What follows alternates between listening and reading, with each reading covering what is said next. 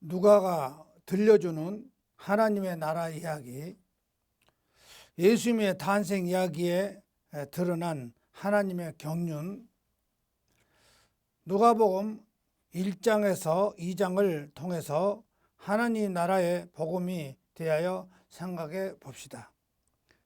바울의 동력자 누가가 이 본문을 통해서 말하고자 하는 바가 무엇인지를 생각해 보려는 것이 이번 설교의 목적입니다. 첫째, 바울의 동력자 누가. 하나님의 사람 사도 바울은 복음을 위해 자신의 삶을 바쳤습니다. 그는 많은 고초를 겪으며 매를 맞고 옥살이를 하기도 했습니다. 특별히 바울은 빌립보에서 전도할 때 그런 일을 겪었습니다. 그리고 바울이 말년은 감옥 생활로 처해집니다. 그리고 쓸쓸하게 죽음을 맞이했습니다. 바울이 곁에는 언제나 동력자들이 있었습니다. 그들은 바울로부터서 복음을 배우는 제자들이며 바울의 지시에 따라 움직이기도 했습니다. 그런데 그 동력자들 중에는 바울이 감옥에 갇혀도 끝까지 곁을 떠나지 않는 사람이 있었습니다. 그는 바울이 건강을 돌보는 의사 누가였습니다. 바울은 누가에 대해서 그의 서신서에 짧게 언급하기도 했습니다. 사랑을 받는 의사 누가와 또 데마가 너에게 문안하느냐고 골로새서 4장 14절에 그럽니다. 데마는 이 세상을 사랑하여 바울을 버리고 데살로니가로 갔고, 그레스게는 갈라디아로, 디도는 달마디아로 갔고 누가만 바울과 함께 있었다고 디모데후서 4장 10절에서 11절입니다. 위대한 복음 전도자요 목회자요 사도인 바울 곁에서 그의 건강을 돌보며 그의 옥살이를 도와주며 전도의 현장마다 동행하며 밤늦도록 강연할 때도 가장 가까이에서 바울의 모든 설교와 메시지를 듣고 또 들은 사람이 누가입니다. 뿐만 아니라 누가는 의사입니다. 누가의 글에는 그가 학식도 뛰어난 사람임을 알 수가 있다고 합니다. 이는 누가가 이해력과 기억력에 있어서 잘 훈련된 사람임을 의미합니다. 그래서 누가가 쓴 글 누가복음과 사도행전에는 바울의 설교가 자세하게 진술되어 있습니다. 우리는 바울의 글을 통해서 바울이 어떤 메시지를 전했는지를 알 수가 있습니다. 바울의 메시지는 바울이 쓴 편지에 가장 정확하게 드러나 있습니다. 로마서로부터 로마서 1권, 고린도 전후서 2권, 갈라디아서 1권, 에베소서 1권, 빌립보서 1권, 골로새서 1권, 데살로니가 전후서 2권, 디모데 전후서 2권, 디도서 1권, 빌레몬서 1권, 13권이 바울의 서신서입니다. 어떤 학자는 히브리서도 바울의 작품이라고 보는 이들도 있습니다. 그러므로 누가 바울의 설교를 알고 싶다면 이런 서신서를 읽어보면 것이 좋습니다.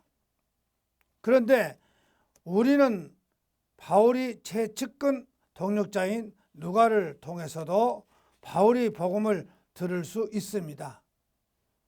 누가는 바울과 선교 현장에 함께 있었습니다. 그리고 누가는 교회 안에서 사랑받는 의사였습니다. 그는 여러 사람들이 이야기를 들었을 것입니다. 예수님의 모친 마리아로부터서 예수님의 탄생 이야기도 들었을 것이고 어린 시절의 이야기도 들었을 것입니다. 그래서 하나님의 복음이 바울 사도의 입을 통해서 전파될 때 일어난 역사를 목격한 누가는 예수님의 이야기를 기록하기로 결심을 했습니다. 그러므로 누가가 쓴 복음서가 어떤 책인가 하면은 복음이 전파된 현장을 경험한 사역자가 예수님의 행적과 가르침을 기록한 것입니다. 그러므로 누가복음을 통해서 우리가 알 수 있는 것은 초대교회에서 사역자여 의사인 누가가 복음을 어떻게 이해했는가 하는 것입니다. 저는 누가복음을 살펴보면서 누가가 우리에게 전해주려고 했던 복음을 살펴보려고 합니다. 그리고 그 복음은 바울의 복음과 어떤 관련이 있는지 비교해 보겠습니다. 왜냐하면 바울의 복음을 가장 많이 들은 사람 중에 한 사람이 바로 의사 누가였기 때문입니다. 두 번째, 사가라와 마리아에게 전달된 탄생 예고 소식입니다. 오늘은 누가복음 처음 2장을 살펴보겠습니다. 거기에는 예수님의 탄생과 어린 시절에 대한 이야기가 담겨 있습니다. 그것은 매우 흥미로운 대목입니다. 마태복음은 예수님의 탄생 이야기를 소개하기 전에 왕들이 족보를 이야기했습니다. 마가복음에는 예수님의 탄생 이야기는 없습니다.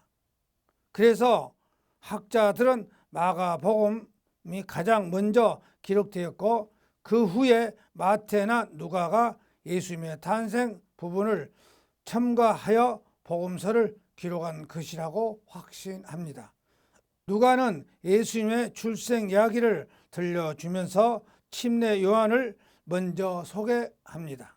침례 요한은 제사장 아버지에게서 태어났는데 그 아버지가 나이가 많아서 어렵게 낳은 아들입니다. 그것도 천사가 아이의 탄생을 예고해 준 특별한 탄생입니다.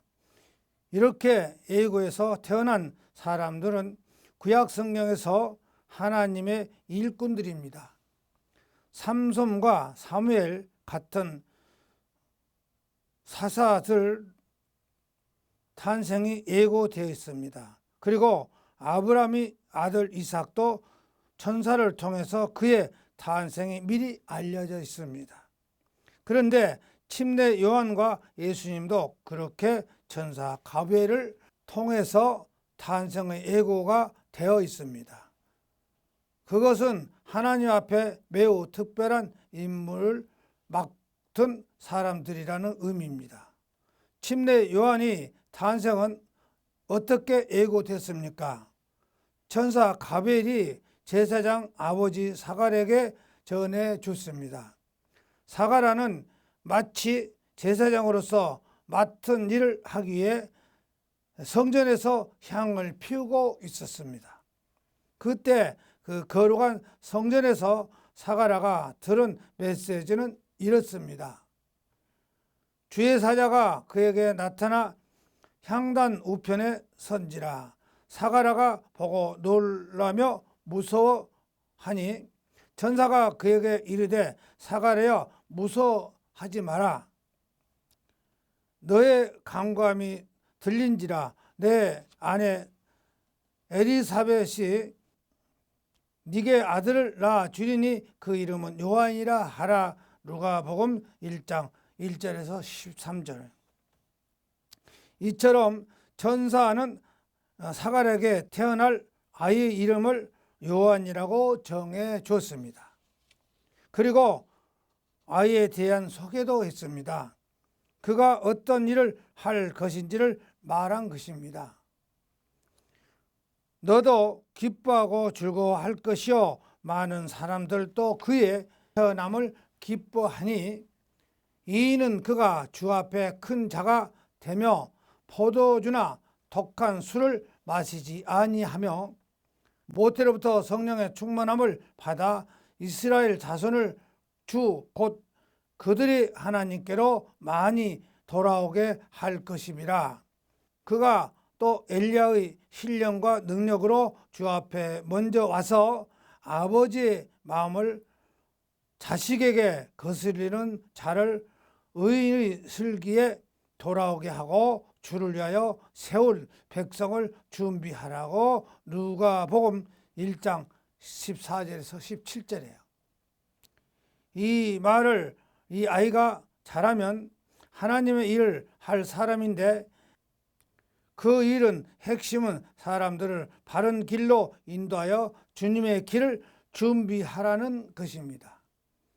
그 아이는 장차 오실 주님보다 먼저 와서 주님의 백성을 준비하여 주님이 맞이할 수 있게 할 것입니다.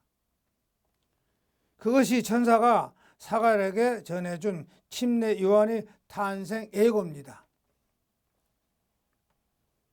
그 후에 천사 가브리엘이 나사렛 동네에 사는 여인 마리아에게 가서 두 번째 탄생 예고를 전합니다. 누가는 그 이야기를 다음과 같이 소개합니다.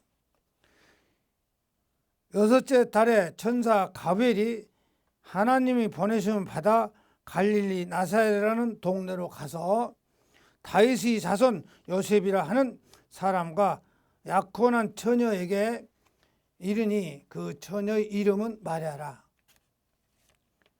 그에게 들어가 이르되 은혜를 받는 자여 편안할지어다.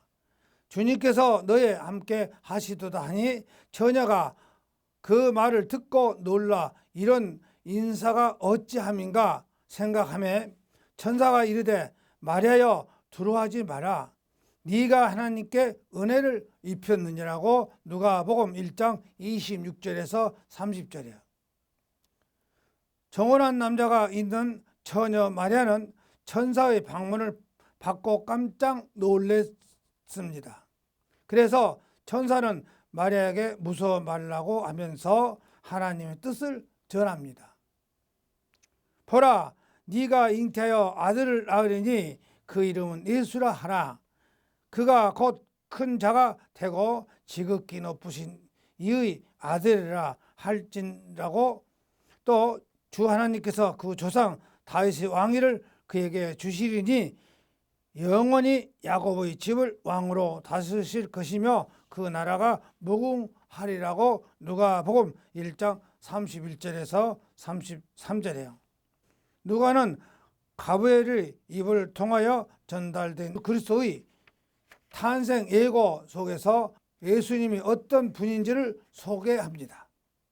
그분은 하나님 아들이면 야곱의 집을 영원히 왕으로 다스리실 것이며 그분은 나라는 영원한 것이라고 그랬습니다. 세 번째, 탄생 예고와 하나님의 경륜. 이것은 무슨 의미입니까? 하나님의 아들이 어떤 존재입니까? 성경에서 하나님의 아들이라고 말할 때 그 의미는 하나님의 세계를 물려받을 상속자요 하나님의 나라를 통치할 왕이 된다는 의미입니다. 그러므로 누군가 하나님의 아들이라면 그분은 왕이시면 하나님과 같은 분입니다. 우리는 예수님을 향하여 제자 도마가 이렇게 고백한 것을 기억합니다.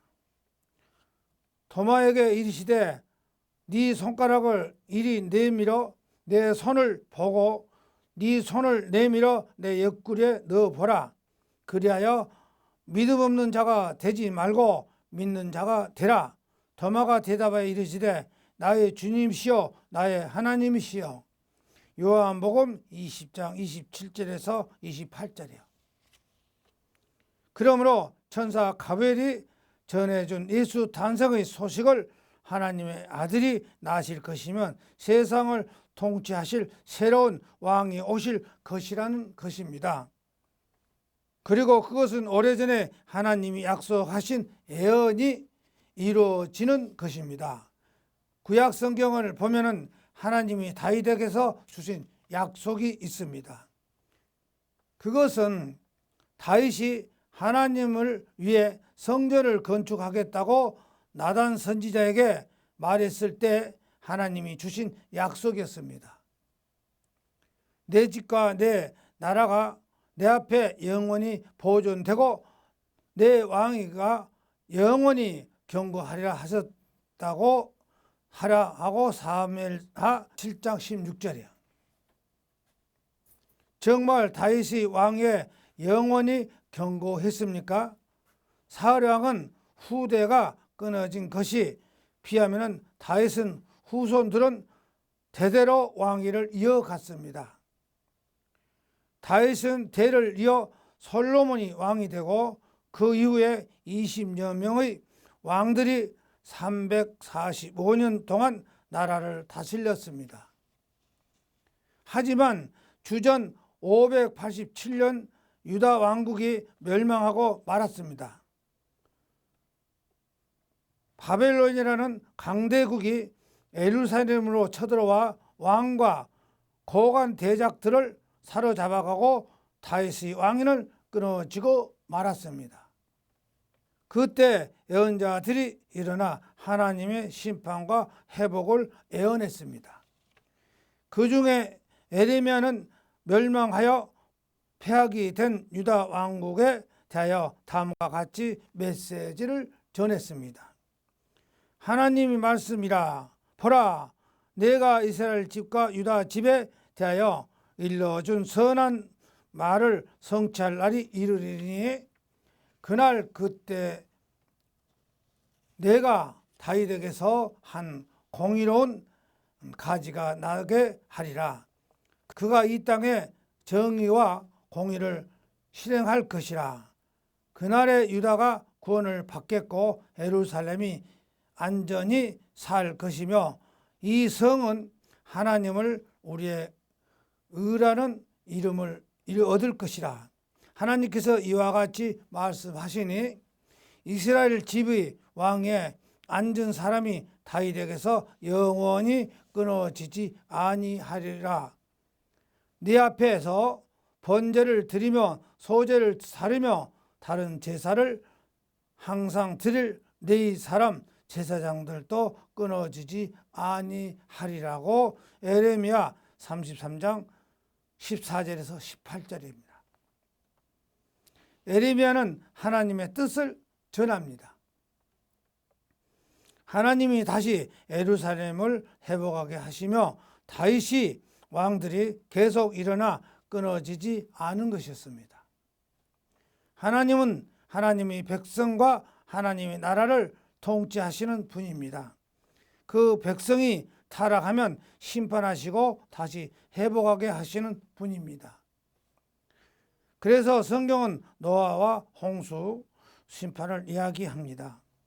그리고 다시 새롭게 된 세상에서 노아의 가족이 새 출발을 하게 하셨습니다. 하나님은 이스라엘 자손을 애굽의 종살이에서 건져내셔서 약속의 땅에서 새로운 세상을 시작할 수 있게 하셨습니다.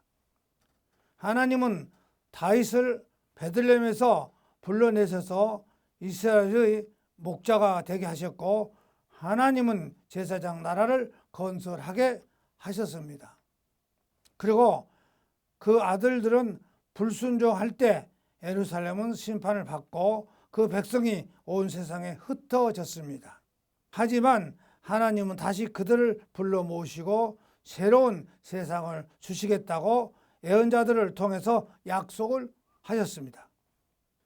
에레미야뿐만 아니라 이사야 선지자도 패망한 자가 민족을 향하여 이렇게 하나님의 경륜을 선포하였습니다. 이새의 줄기에서 한 싹이 나면 그 뿌리에서 한 가지가 나서 결실할 것이요 그의 위에 하나님의 영 곧 지혜와 총명의 영이요 모략과 재능의 영이요 지식과 하나님을 경외하는 영이 강림하시리니 그날에 이새의 뿌리에서 한 싹이 나서 만민의 기치로 설 것이요 열방의 그에게로 돌아오리니 그가 거할 곳이 영화로우리라고 이사야서 11장 1절에서 2절 10절까지요. 이새는 다윗의 아버지입니다. 때가 되면 하나님이 다시 이새의 뿌리 곧 다윗의 자손 중에서 새로운 왕을 세우시고 그로 말미암아 새로운 세상이 시작되겠다고 말씀을 하셨습니다. 그리고 유대인들이 그런 기대로 충만했습니다. 하나님의 말씀이신 새로운 세상이 자신들 앞에 가까이 와 있음을 확신했습니다. 예수님이 태어나실 무렵 유대인들이 이처럼 하나님이 보내신 다윗의 자손을 기다리고 있었습니다. 그분은 장차 새로운 세상을 여실 분입니다.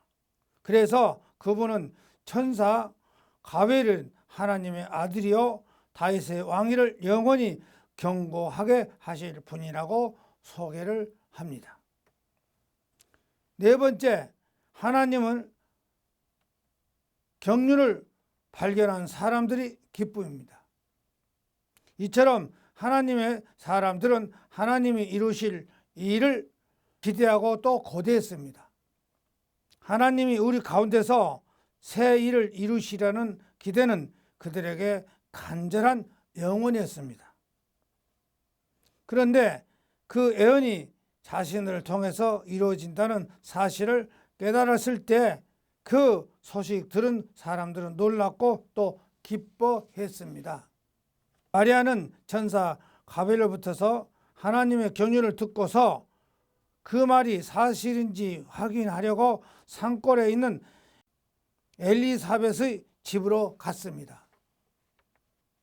왜냐하면 천사가 말하기를 네 친족 엘리사벳도 늙어서 아이를 낳느니라 본래 임신하지 못했다고 알려진 네가 이미 6달이 되었느라고 대저 하나님 모든 말씀을 능하지 못하심이 없느니라고 누가복음 1장 36절에서 37절에 했기 때문입니다.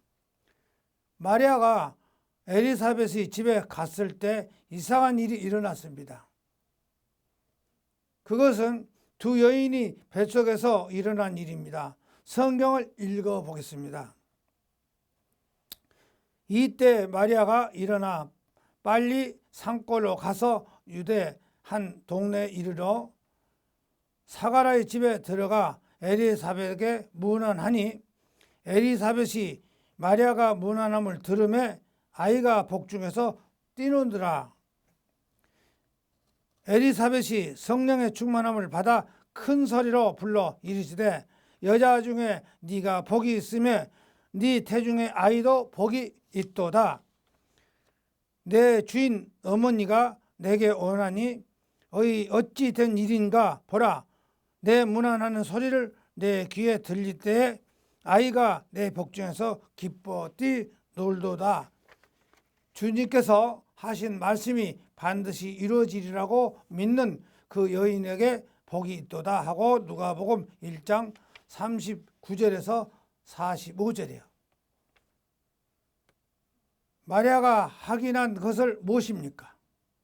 천사 말대로 친족 엘리사벳이 늙어서 아이를 잉태하였고 그 뱃속에서 아이가 마리아의 방문을 기뻐하여 뛰놀고 있다는 것을 들었습니다. 하나님이 천사를 통해서 하신 말씀은 사실이라는 것을 알았습니다. 그러면 자신을 통해서 하나님의 일이 이루어진다는 것도 또한 사실이었습니다. 그래서 마리아는 정말 기뻤습니다. 하나님이 지금 자기 안에서 일하고 계신다는 사실도 놀라웠습니다. 그뿐 아니라 지금 엘리사벳 안에서도 일하고 계심을 보았습니다. 그렇게 마리아는 석 달 동안 친족 엘리사벳의 집에서 머무르면서 엘리사벳의 만삭이 되는 것을 보고 산달이 가까우자 집으로 돌아왔습니다. 누가는 마리아를 노래를 소개합니다.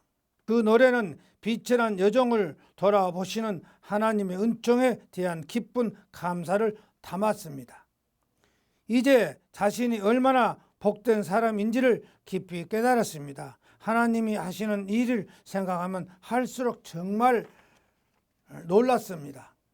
또한 하나님이 얼마나 신실하신 분인가를 찬양하는 것이었습니다. 마리아는 이렇게 노래를 마쳤습니다. 주님은 약속하신 자비를 기억하시어 당신의 종 이스라엘을 도우셨습니다.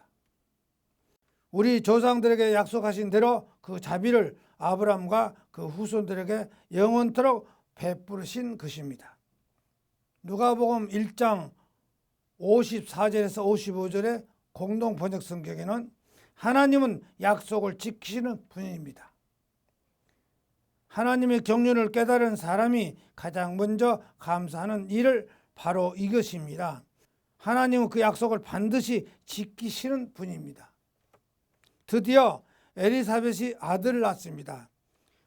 그 남편 제사장 사가랴는 지난 10달 동안 말을 할 수가 없었습니다. 천사 가벨이 제사장 사가랴에게 아들을 낳을 것이라고 소식을 전했지만은 믿지를 않았습니다. 아니, 믿을 수가 없습니다. 왜냐하면 자신이 이미 나이가 많아 자식을 볼 수 없을 것이라고 생각했기 때문입니다. 그러자 천사 가브엘이 이렇게 말했습니다. 나는 하나님을 모시는 시종 가브엘이다. 이 기쁜 소식을 전하라는 분부를 받들고 너에게 와 알려주는데 때가 오면 이루어질 내 말을 믿지 않으냐. 이 일이 이루어지는 날까지 너는 벙어리가 되어 말을 못하게 될 것이다. 누가복음 1장 19절에서 20절에 사가랴는 자신이 부인이 임신하고 배가 불러오는 것을 보면서 점차 하나님의 경륜을 이해하고 받아들이기 시작을 했습니다. 과연 하나님의 말씀은 능하지 못함이 없구나. 사가랴는 마침내 아들을 품에 안고 천사가 일러준 대로 그 이름을 지었습니다. 주변 사람들은 아이의 이름을 아버지 이름을 따라서 사가랴로 하고 했지만은 사가랴는 서편에 글로 써서 요한이라고 사람들에게 알렸습니다. 천사의 말대로 순종했습니다.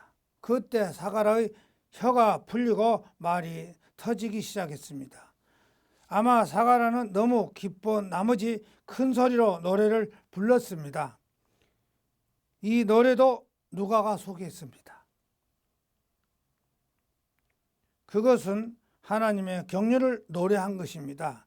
하나님이 선지자들을 입을 통해서 약속하신 바를 마침내 이루셨다고 노래한 것입니다. 사가랴의 찬송은 같이 봅시다. 찬송하리로다 주 이스라엘 하나님이여 그 백성을 돌보사 속량하시며 우리를 위하여 구원의 뿔을 그 종 다윗의 집에 일으켰으니 이것은 주님께서 예로부터 거룩하신 선지자의 입으로 말씀하신 바와 같이 우리 원수에게서와 우리를 미워하는 모든 자의 손에서 구원하시는 일이라. 우리 조상은 긍휼히 여기시면 그 거룩하신 언약을 기억하시니 곧 우리 조상 아브라함에게 하신 맹세라. 우리가 원수의 손에서 건지심을 받고 종신토록 주의 앞에서 성결과 의로 들어온 없이 섬기게 하려 하셨도다. 이 아이여 네가 지극히 높으신 의의 선지자라 일으켰음을 받고 주 앞에 앞서 가서 그 길을 준비하여 주의 백성에게 그 죄 사함으로 말미암아 구원을 알게 하리니 이는 모두 하나님의 공유를 임함이라.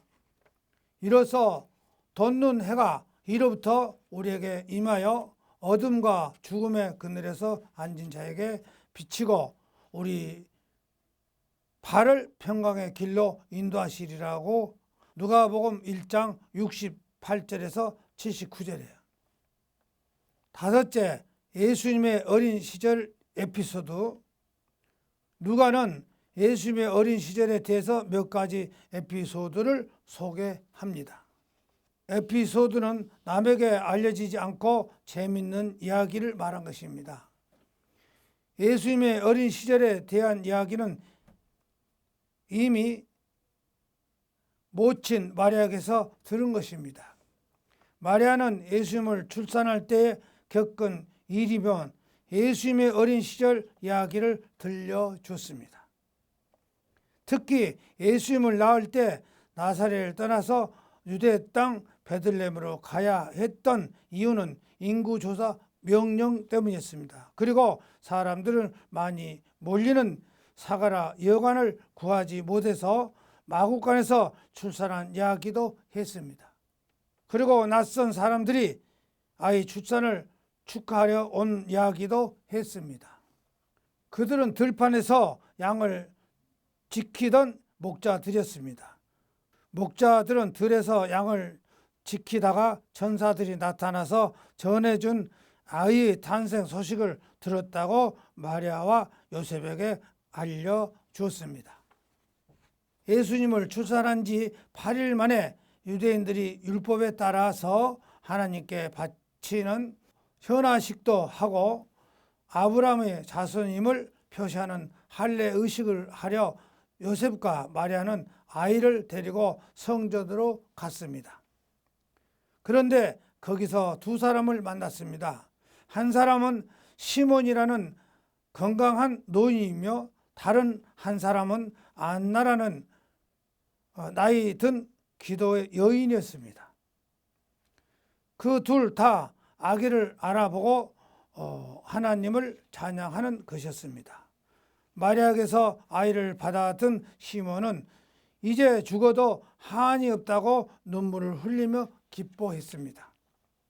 마리아는 또한 예수님의 나이 12살 때 성전에 올라가 아이를 잃어버린 이야기도 들어줬습니다. 사흘 동안 아이를 찾다가 마침내 성전에서 율법 선생들과 토론을 하고 있는 아이를 발견하고 왜 여기 있느냐고 소년 예수님을 책망했습니다. 그런데 소년 예수님은 말하기를 어찌하여 저를 찾으십니까? 제가 제 아버지 집에 있어야 될 줄 모르십니까? 했습니다. 마리아는 그 대답이 하도 이상해서 마음에 깊이 담아뒀습니다. 그리고 이제 마음 속에 담아뒀던 그 이야기를 누가에게 들려줬습니다. 이 모든 이야기는 예수님이 어떤 분이신가를 알려주는 단서입니다. 사도 바울은 온 천하에 다니며 예수 그리스도를 소개했습니다. 그는 구약 성경을 인용하여 하나님 어떻게 세상을 경영하시며 그 선지자들에게 약속하셨는지를 동족에게 생각나게 일깨워 줬습니다. 그리고 그 약속대로 예수 그리스도께서 오셨고 사셨고 죽으셨고 부활하셨음을 증거했습니다. 이 모든 메시지를 들고 동역자 누가는 이렇게 누가복음을 기록하면서 예수가 그리스도이심을 더 자세하게 소개를 했습니다. 예수님의 탄생 이야기와 어린 시절에 있었던 이야기를 소개함으로써 누가는 예수님이 바로 하나님의 아들이시면 하나님의 선지자들을 통해서 약속하신 메시아이심을 증거했습니다. 그리고 메시아 예수님이 오셔서 새로운 세상을 열 것을 선포했습니다. 아멘.